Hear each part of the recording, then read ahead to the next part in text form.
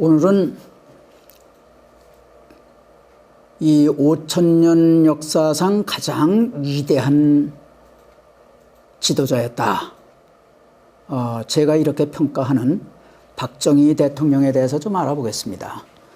여러분 박정희 뭐 얘기를 하는데 박정희 훌륭하다. 또 박정희는 욕심 많은 독재자다.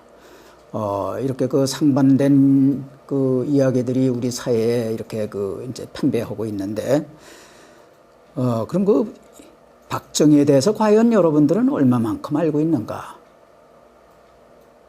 또 박정희를 폄하하는 사람들은 박정희에 대해서 얼마만큼 알고 있길래 그렇게 폄하를 하는가? 여기에 대해서 좀 알아보겠습니다. 문재인 대선 후보죠. 공동선대위원장이라고 하는 사람 중에 안도현이라고 있어요. 공동선대위원장. 뭐라고 얘기를 했느냐. 이게 박근혜를 이제 공격하는 얘기인데, 부모가 다 같이 총에 맞아 죽었다는 것은 좀 생각해 볼 일이다. 이런 얘기를 했어요. 그러니까 박정희 대통령과 유경수 여사가 아주 많이 잘못해서 또 죽을 짓을 해서 그래서 죽었다. 뭐 이런 험악한 얘기입니다. 그런데 이제 어떻게 돼서 문재인 후보 쪽에서 이런 얘기를 하느냐. 이게 바로 문재인의 정체입니다. 예. 문재인이 어떻게 했습니까? 대선에 출마하겠다고 하면서 우리 현충원을 갔는데 박정희 대통령 묘와 이승만 대통령 묘는 지나치고 곧바로 김대중 묘로 갔습니다. 그러면 박정희 대통령도 싫고 또 이 나라를 건설한 이승만 대통령도 싫다. 오직 문재인한테는 김대중 대통령뿐이다. 이런 얘기입니다. 그럼 김대중은 누구냐? 뭐 여기에서 다 말씀드릴 수는 없습니다만은 한마디로 얘기해서 김대중은 대한민국 건국을 부정하고 북한 정권에 충성한 사람입니다. 이게 역적입니다. 대한민국이 제대로 된 나라라고 하면은 이런 사람이 대통령이 될 수도 없었어야 했고, 또 대통령이 돼서 저지른 여러 가지 역적 행위에 대해서 여적죄로 처벌이 돼서 사형을 받아야 할 사람이에요. 이런 사람을 문재인이가 최고라고 최고의 인물로 여긴다. 예. 그러면 박정희 대통령은 뭘 했느냐? 이 나라를 건설을 했어요. 김대중은 뭘 했느냐? 이 나라를 파괴하고 북한에 넘겨주려 했어요. 예. 이런 김대중은 대한민국 사람들한테 진실을 보여줄 게 없어. 보여줄 진실은 거의 없어. 전부 거짓말, 왜곡된 거. 이런 것들을 김대중 기념관을 크게 비싸게 지어가지고 거기다가 갖다 전부 장식을 했어요. 그럼 박 대통령은 뭐냐? 대한민국을 건설한 박 대통령은 기념관 없어요. 저기 상암동에 좀 있습니다만은 아무것도 아니에요.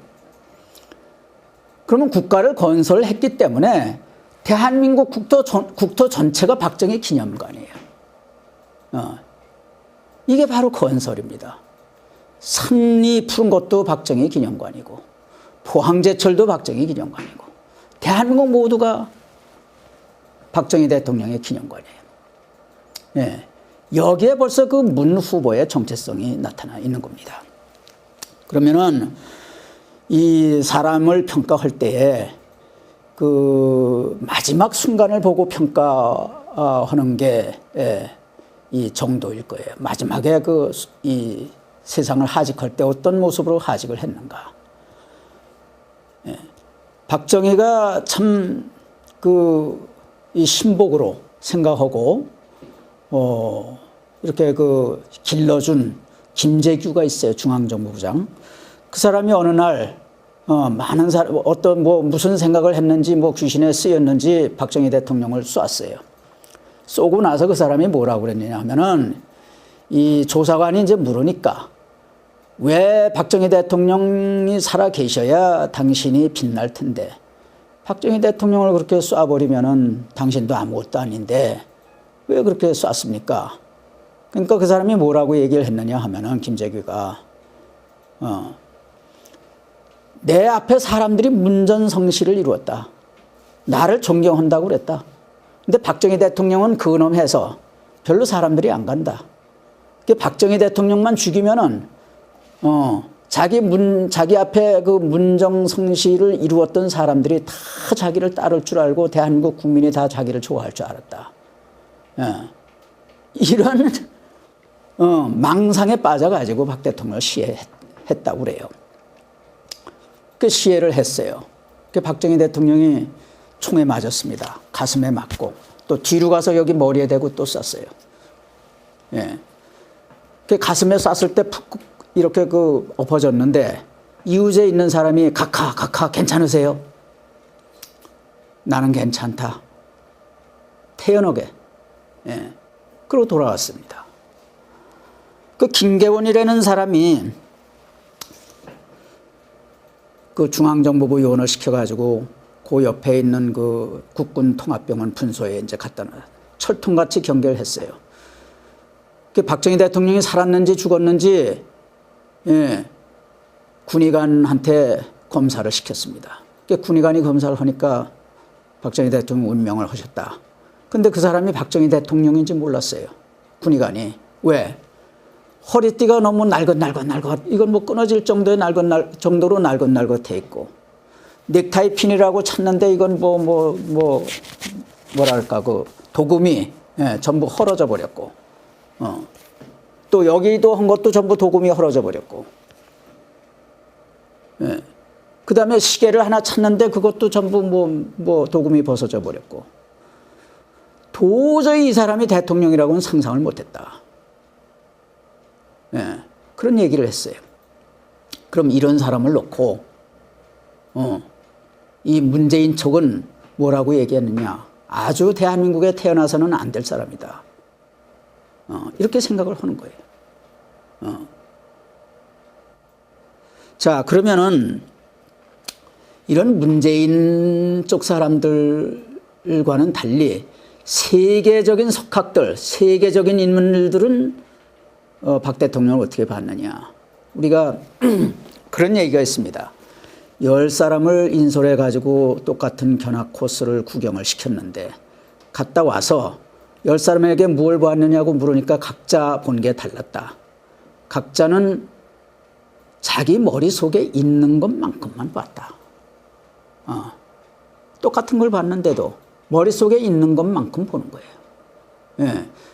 그러니까 이게 박정희를 놓고 문재인 쪽 사람들이 보는 거하고 세계 유수 인물들이 보는 거하고 어떻게 다른지 한번 좀 비교 좀 해보세요. 자, 여기 그 석학 중에 석학이라고 하는 키신저 다 아시죠? 미국에.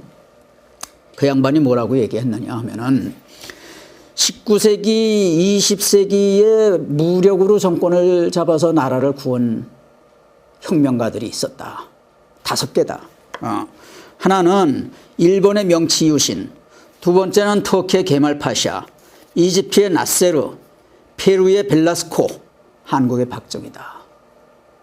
이 중에서 경제 발전을 일으킨 경제 발전에서 기적을 일으킨 사람은 오직 박정희 한 사람뿐이다. 이런 얘기를 했어요. 그리고 민주화하고 이 산업화라고 하는 것은 동시에 이루어질 수가 없다. 동시에 이루어질 수 없는 것임에도 불구하고 동시에 성공을 시키려고 하다가 국가를 망친 사람이 있다. 바로 소련의 고르바초프다. 이런 얘기를 키신저가 했어요. 그런데 이 박정희 대통령의 경우에는 먼저 산업화를 하고 그 다음에 민주화를 한 소위 민주화의 토대를 일으킨 사람이 박정희다. 그래서 나는 박정희를 엄청 높게 평가한다. 이런 얘기를 했습니다. 키신저가.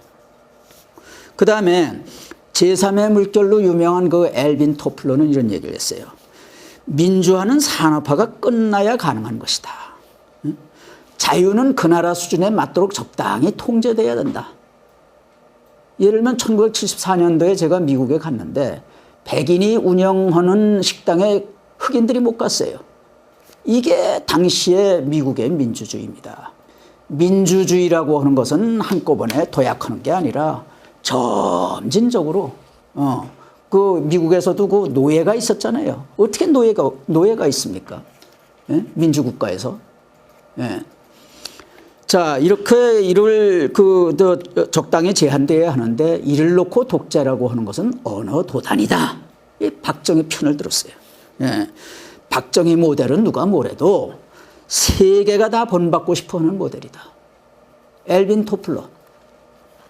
그 다음에 강대국의 흥망이라고 한때 유명했던 그 폴 케네디.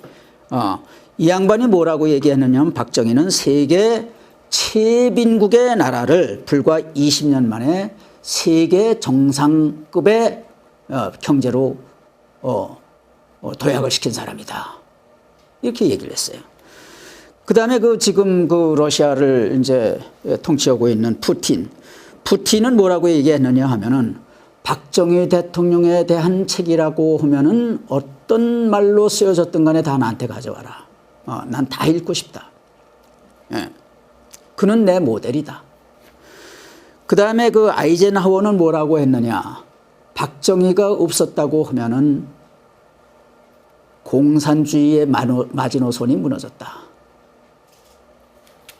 그 다음에 리관유, 소위 싱가포르의 이광유, 그 양반은 뭐라고 얘기를 했느냐 하면은 박정희 대통령이 눈앞에 이익만 쫓았다고 하면은 현재의 대한민국은 없었다. 말레이시아의 마하티르, 그 다음에 캄보디아의 훈센 정 총리들도 박정희 추종자로 유명하지 않느냐. 예를 들면은 1970년 초에 박정희 대통령이 이 마하티르에게 요청을 했어요. 좀 마하티르 말레이시아 좀 견학을 하고 싶다. 그때 당시에 박 대통령이 어떻게 생각을 했느냐 하면은 이 말레이시아에는 6집 걸러서 자가용이 한 대 있었어요. 예. 그러면은 박정희 대통령의 당시 계산으로는 한국에 35년 정도는 돼야 저 정도가 되지 않겠느냐. 그래서 참 본받고 싶어서 저 견학을 가고 싶다고 했는데 마하티르가 당신 같은 독재자 만나고 싶지 않다. 하도 한국에서 독재자 하니까 진짜 독재자인 줄 알고. 근데 지금은 박정희 대통령 최고로 존경한대요. 예. 그 다음에 등소평은 뭐라고 얘기했느냐. 박정희 대통령은 내 멘토다. 등소평이. 예. 그래가지고 등소평이 뭐 빨간 뭐 까만 고양이가 됐든 뭐 하얀 고양이가 됐든 잘 살게 만들면 될 거 아니냐. 이렇게 아주 개방을 해서 박정희 모델을 따라 가지고 오늘날의 중국을 지금 건설하도록 유도한 거예요. 예. 그 다음에 후진타오는 뭐라고 얘기했냐면 나는 새마을운동을 많이 연구했다. 그다음에 지금 상당수의 중국 국민들이 박정희를 존경한다. 이런 얘기했어요. 근데 김정일은 또 그 전에 소를 몰고 간 정주영 회장한테 뭐라고 얘기했느냐 하면은 뭐 옛날에 유신이다 하고 박정희를 욕하지만은 박정희는 새마을운동을 통해서 경제성장을 하지 않았냐. 서울을 봐라. 서울은 내가 보기에 도쿄보다 더 멋있다. 이건 민족의 자산이다. 이런 얘기를 했어요. 여기 문재인 쪽 사람들은요, 김정일 맛도 못해요. 뭐 이런 사람들이 다 있는지 모르겠어요. 응? 자, 그러면 간단히 세계인들은 이렇게 평가를 했는데, 과연 이런 평가를 받을 만한 일을 했는지, 박정희가. 잠시 좀 살펴봅시다. 다 아시다시피 1961년에 박정희 대통령은 44살이었어요. 지금 44살짜리들 한번 보세요. 애입니다. 그 44살 때 국가 이거 큰일 났다. 목숨 걸고 혁명을 했어요. 혁명을 해서 이제 보니까 이게 국가를 이걸 어떻게 뭐 그 경제 성장을 어떻게 배고픈 국민을 어떻게 먹여 살려야 될지 이게 깜깜한 거예요. 제일 먼저 생각한 것이 이제 이 북한으로부터 이제 남한을 어떻게 지켜내느냐, 반공. 그 다음에 두 번째는 어떻게 도탄에 빠진 소위 배를 고른 국민들을 어떻게 먹여 살리느냐. 이걸 했는데 당시에 그 경제가 어떤 식이었느냐 하면은 미국으로부터 1년에 1억 5천만 달러 당시에 해당하는 물자를 원조로 받았어요. 돈으로 받은 게 아니야. 물자를 받았어. 그게 뭐냐 하면은 이제 유연탄하고, 석유하고, 잉여 논산물하고, 이걸 받았어요. 이걸 받아가지고 이걸 시중에 팔아서 그 판 돈을 가지고 세출 예산을 세운 거예요. 정부를 운영을 한 거예요. 국가를 운영한 겁니다. 그걸 가지고 대충 자금이라고 옛날에 불렀어요. 그리고 당시에 실업률이 30%예요. 그리고 이게 이 미국의 잉여 농산물이 오니까는 도시에 농촌 농사 짓는 사람들이 이게 쌀값이 떨어지니까 이 농사를 지어가지고는 자식을 공부를 못 시켜. 그게 서울로 올라왔어요. 예. 그래서 그 서울에 그 불만 세력이 많이 생긴 겁니다. 예. 그리고 그 다음에 그 대한민국이 얼마나 못 살았냐 하면은 당시에 160개국이었을 거예요. 160개국 중에서 159개, 9번째로 못 살았어요. 예. 인도 다음으로 못 살았어요. 자, 이런 나라예요. 이런 나라를,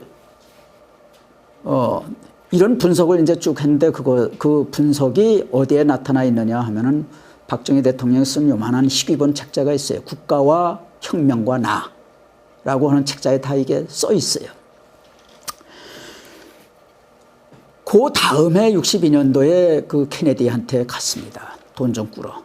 그래서 만나주지도 않고 문전박대 당했어요. 못 만났어요. 그냥 눈물을 흘리고 왔습니다. 그 무슨 생각을 했느냐. 서독에 광부 500명, 그 다음에 간호사. 이거를 수출을 생각을 했습니다. 이거를 수출해서 이 사람들이 받을 봉급을 담보로 해서 서독 정부로부터 좀 돈을 꾸려고 이런 생각을 했어요. 근데 광부 500명을 뽑는데 대학교 졸업생들이 거의였었어요. 대학교 졸업생들이. 예. 5만 명이 몰렸어요. 500명 뽑는데. 예. 당시에 취업난이 이랬습니다. 자, 이렇게 가지고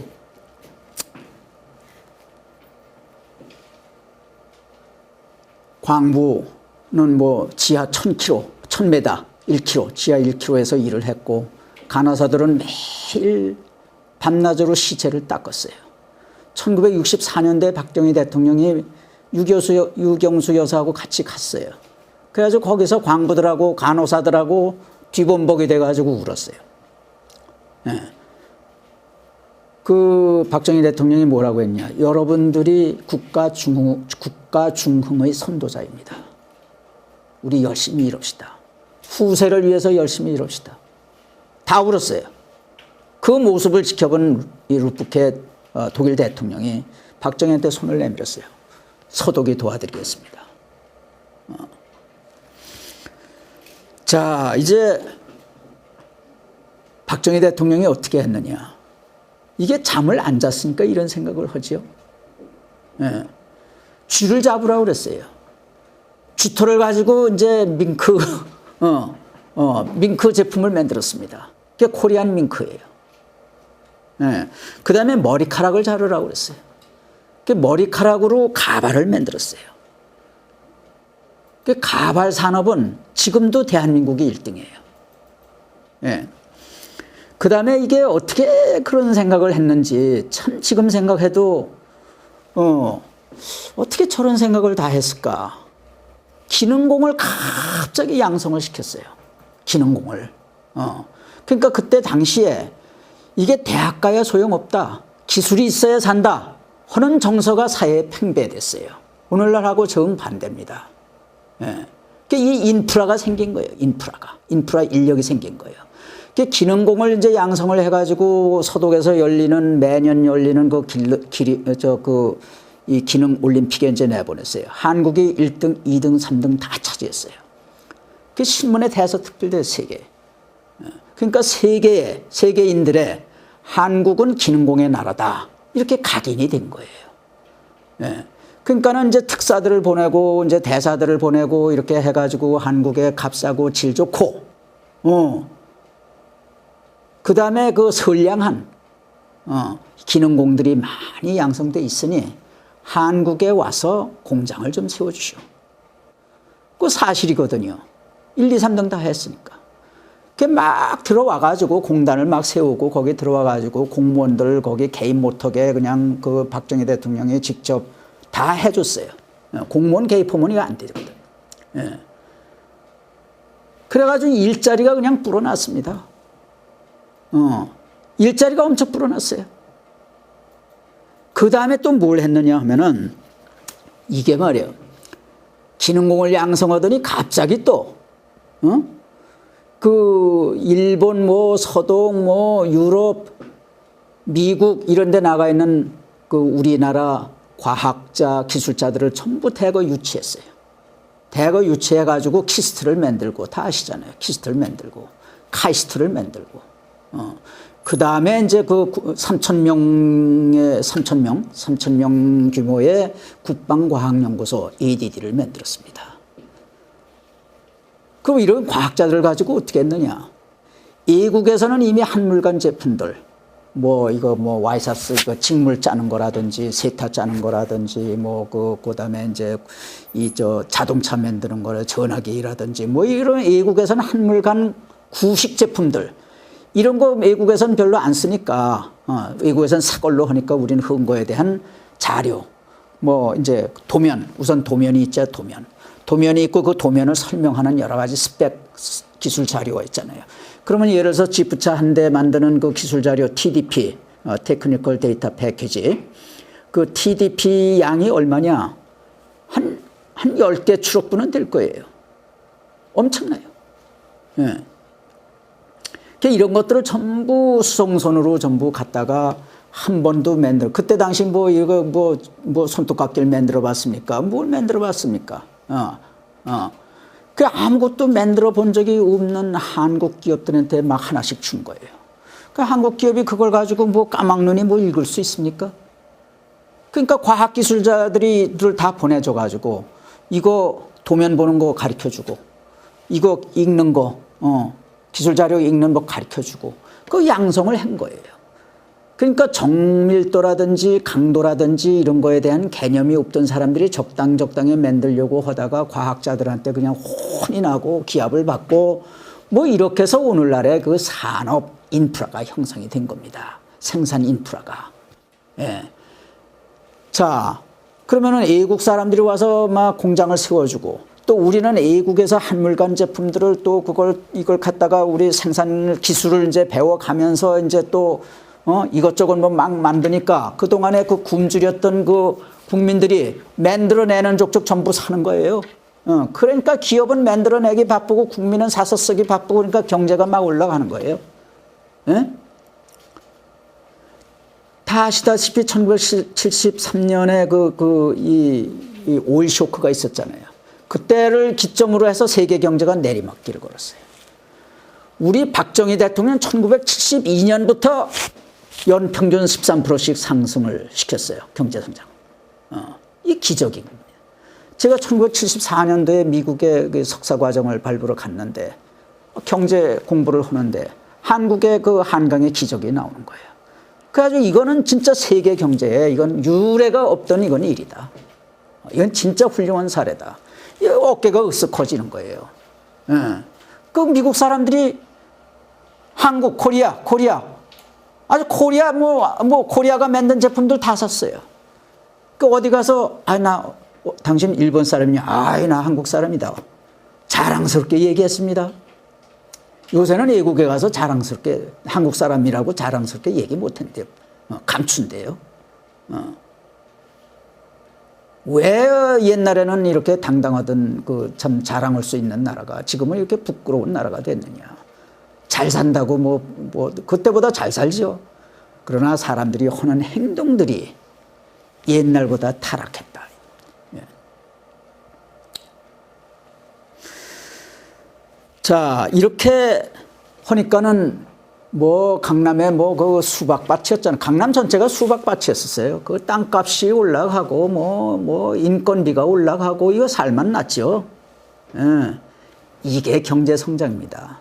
1929년에 미국이 대공황을 맞았을 때 뭐 뉴딜 정책을 이제 그 이제 세워 가지고 뭐 이제 무슨 뭐 강도 이제 뭐 그 수로공사도 하고 도로공사도 하고 댐공사도 하고 뭐 이렇게 해서 800만 일자리를 만들었다. 정부가 이 경제에 개입을 해가지고 이렇게 이 공황으로부터 탈출했다. 굉장히 그 경제 교과서에 아주 1등 사례로 가장 훌륭한 사례로 이제 인용이 되어 왔는데 지금까지 말씀드린 것처럼 박정희 대통령이 이게 일자리 만드는 방법은 뉴딜 정책에서 일자리 만드는 방법보다 훨씬 더 업그레이드 된 거다. 이건 제가 확실히 말씀드릴 수 있습니다. 그 다음에 이제 이 돈이 없잖아요. 막 이걸 하긴 해야 될 텐데 돈이 이제 없으니까는 일본으로부터 1965년도에 이제 그 돈을 받아냈죠.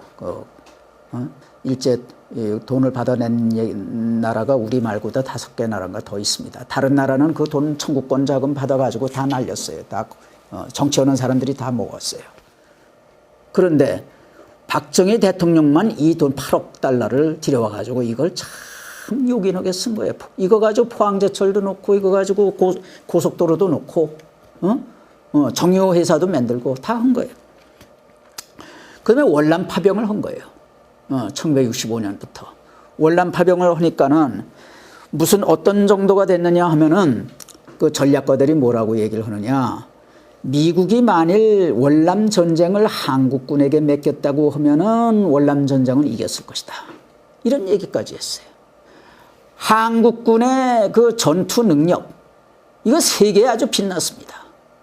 그러니까는 케네디 대통령한테 1962년대 돈 빌리러 갔다가 만나지도 못하고 이게 문전박대를 당했는데 이게 1968년, 69년 뭐 이렇게 되니까 한국군의 그 위상이 올라가니까는 세계 나라들이 말이죠. 아유, 한국, 서로 다퉈가면서 한국에 돈 빌려주겠다고 그랬어요. 예. 자, 이렇게 해서. 그 다음에 이게 중동에 그 오일 달러가 많이 있는데 거기 건설붐이 일어났는데 다른 나라 사람들은 거기 가려고 하질 못해요. 왜? 원체 더운 나라니까. 사막의 나라. 거기 가서 어떻게 노동 일을 합니까? 그런데 이 월남에서 단련된 우리 용사들이, 예, 제대를 함과 동시에 바로 글로 갔어요.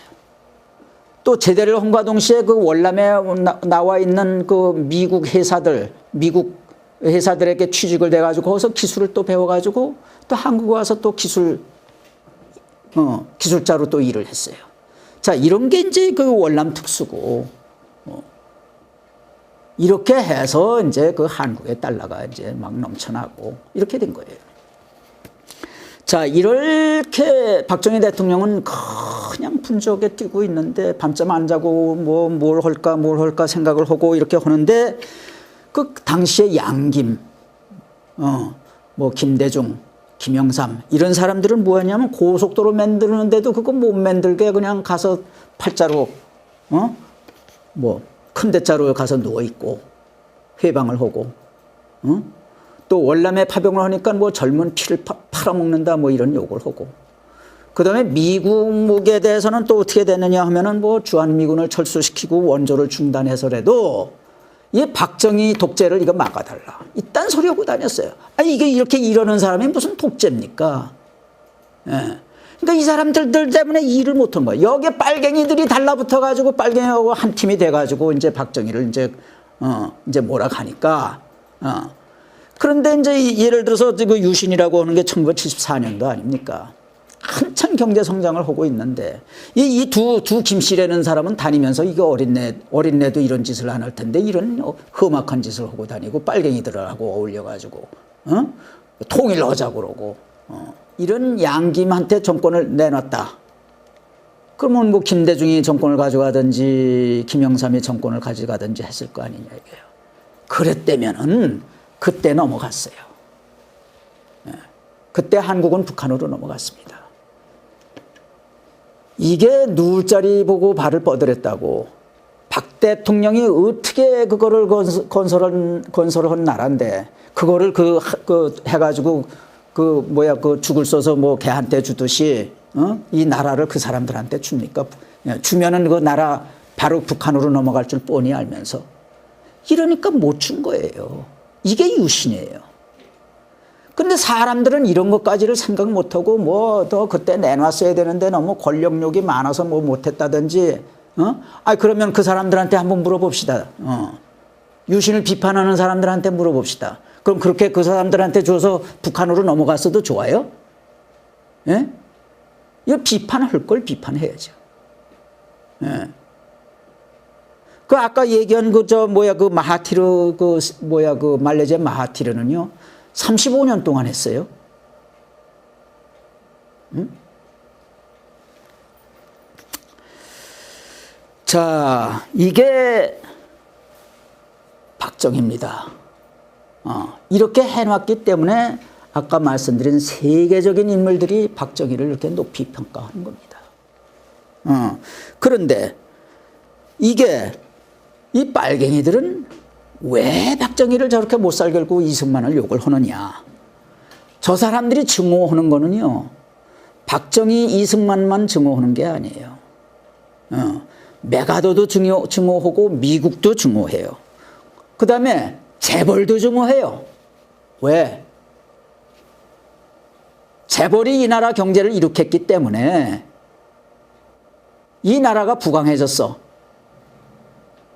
저 재벌이 없으면 이 나라가 부강 안 해졌고 그러면 북한에 흡수 통일될 수 있을 텐데 이게 재벌들 때문에 이 나라가 너무 부자가 됐어. 이래 증오하는 거예요. 미국만 아니었으면은 또 메가더만 아니었으면은 6.25 전쟁 때 바로 우리가 북한으로 흡수됐을 텐데 미국하고 메가더가 저게 원수라. 박정희가 그때 당시에는 우리나라 GNP가 북한의 2분의 1이었어요. 정확히 60% 있었어요. 이렇게 북한보다 못한 나라를 지금은 얼마예요? 25배 우리가 GNP 25배가 더 높아요. 이건 공식적인 기록이고 그거보다 더 높습니다. 삶의 질을 보면은. 예? 자, 이렇게 북한보다 너무 앞서가게 만든 이 박정희가 미운 거예요. 그리고 이 나라를 박정희가 건설할 수 있도록 토대를 만들어준 이승만이 미운 거예요. 왜 이 사람들이 왜 재벌을 미워하고 미국을 미워하고 이승만을 미워하고 박정희를 미워하는지 이제들 아시죠? 빨갱이들이기 때문에요. 이 사람들 때문에 적화 통일될 기회가 이제는 거의 영원히 사라졌다. 이런 얘기입니다. 여러분, 이 사람들이 정권 가져가면요. 청와대가 북조선 총독부가 됩니다. 북조선 총독부가. 예. 이거 저 사람들이 왜 박정희를 욕하는지 여러분 똑바로 보시고 그 사람들이 박정희를 욕할 때 얼굴 좀 빤히 쳐다보십시오. 부탁합니다.